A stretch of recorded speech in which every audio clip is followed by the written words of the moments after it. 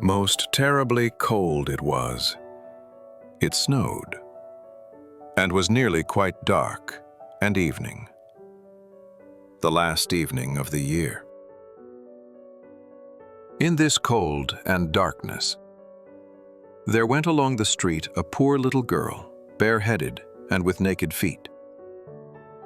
When she left home, she had slippers on, it is true. But what was the good of that?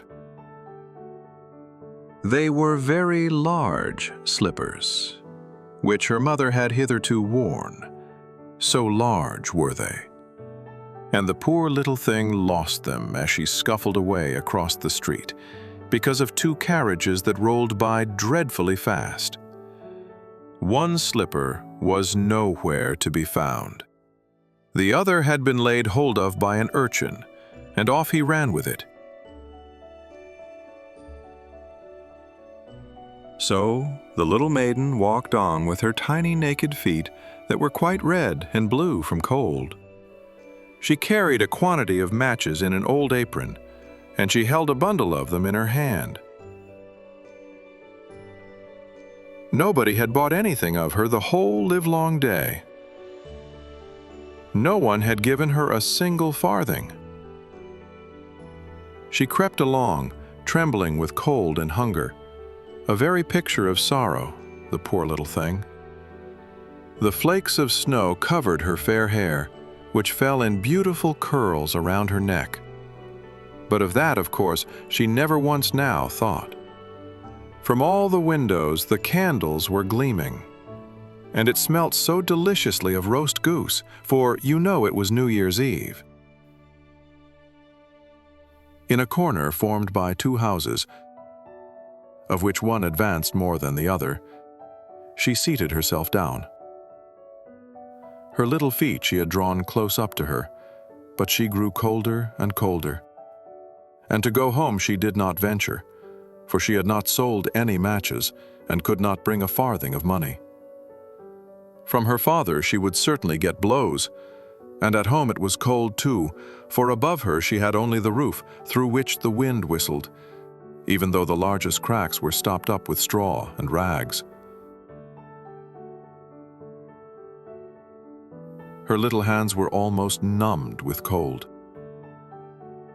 Oh, a match might afford her a world of comfort, if she only dared take a single one, draw it against the wall, and warm her fingers by it. She drew one out. How it blazed! How it burnt! It was a warm, bright flame, like a candle, as she held her hands over it. It was a wonderful light. It seemed really to the little maiden as though she were sitting before a large iron stove, with burnished brass feet and the brass ornament atop. The fire burned with such blessed influence. It warmed so delightfully. The little girl had already stretched out her feet to warm them too. But the small flame went out. The stove vanished. She had only the remains of the burnt-out match in her hand. She rubbed another against the wall. It burned brightly, and where the light fell on the wall, there the wall became transparent, like a veil, so that she could see into the room. On the table was spread a snow-white tablecloth.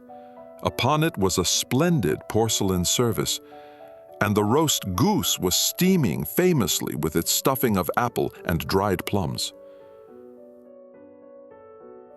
But the match went out, and nothing but the thick, cold, damp wall was left behind.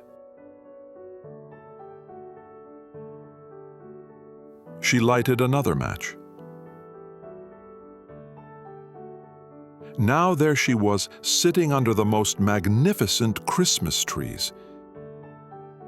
Thousands of lights were burning on the green branches, and gaily colored pictures, such as she had seen in the shop windows, looked down upon her. The little maiden stretched out her hands towards them when the match went out. The lights of the Christmas tree rose higher and higher.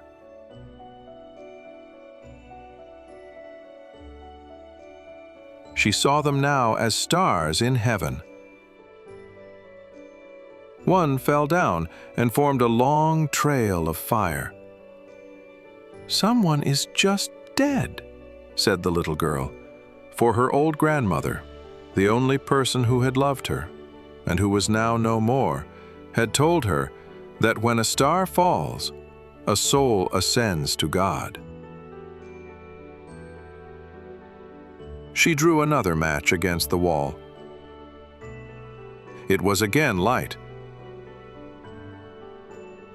and in the luster there stood the old grandmother, so bright and radiant, so mild, and with such an expression of love. "Grandmother," cried the little one, "oh, take me with you. You go away when the match burns out. You vanish like the warm stove, like the delicious roast goose, and like the magnificent Christmas tree." And she rubbed the whole bundle of matches quickly against the wall, for she wanted to be quite sure of keeping her grandmother near her. And the matches gave such a brilliant light that it was brighter than at noonday. Never formerly had the grandmother been so beautiful and so tall. She took the little maiden on her arm, and both flew in brightness and in joy so high, so very high,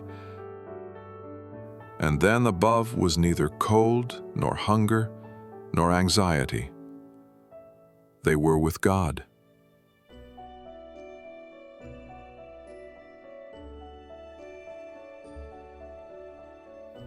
But in the corner, at the cold hour of dawn, sat the poor girl, with rosy cheeks and with a smiling mouth, leaning against the wall, frozen to death on the last evening of the old year. Stiff and stark sat the child there with her matches, of which one bundle had been burnt. She wanted to warm herself, people said. No one had the slightest suspicion of what beautiful things she had seen.